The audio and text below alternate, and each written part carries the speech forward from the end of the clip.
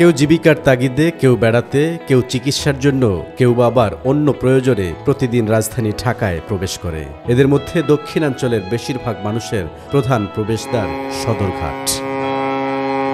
বিশেষ করে নিম্ন আয়ের মানুষ যাদের এই শহরে থাকার জায়গা নেই, তাদের বিড়ম্বনার শেষ নেই। তাদের কথা চিন্তা করে 1960 সালের গোড়ার দিকে সদরঘাট এলাকায় যাত্রা শুরু ভাসমান হোটেলের। 2022 সালেও মাত্র 50 টাকায় রাত্রি যাপন করা যেত এখানে।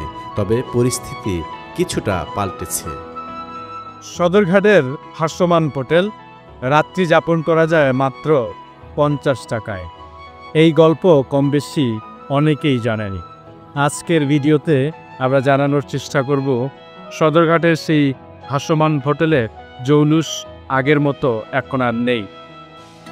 অনেকটাই অস্তিত্ব সংকটে এই ভাসমান হোটেলগুলি।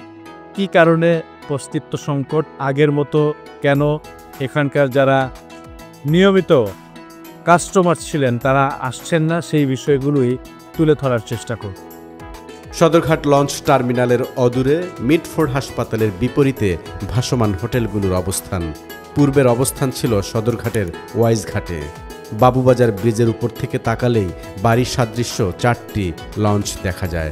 লঞ্চগুলো পুরাতন এবং জীর্ণ। 4টি লঞ্চের 3টিতে নাম লেখা আছে ফরিদপুর মুসলিম বোর্ডিং আর শরীয়তপুর মুসলিম বোর্ডিং এবং বুড়িগঙ্গা। আরেকটি অর্ধডুবো অবস্থায় পড়ে আছে পাশেই।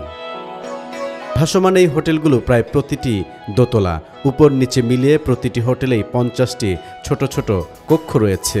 3 শ্রেণীর কক্ষ সুবিধা বিশিষ্ট হোটেলের প্রথমটি ঢালাই বিছানা। এটি অনেকটা গণরুমের মতোই। ঢালাই বিছানার মূল্য এখনও মাত্র 50 টাকা, অর্থাৎ 50 টাকা থাকলেই আপনি সদরঘাটে এক রাত থাকতে পারবেন। লঞ্চে সিঙ্গেল কেবিনই বেশি, তবে রয়েছে ডাবল কেবিনও। সিঙ্গেল কেবিনের মূল্য 120 টাকা, আর ডাবল কেবিনে থাকতে হলে আপনাকে গুনতে হবে দৈনিক 150 টাকা। কেবিনগুলোতে হোটেল কর্তৃপক্ষ থেকে বিছানার চাদর, বালিশ আর শীতকালে কম্বলের ব্যবস্থা করা হয়।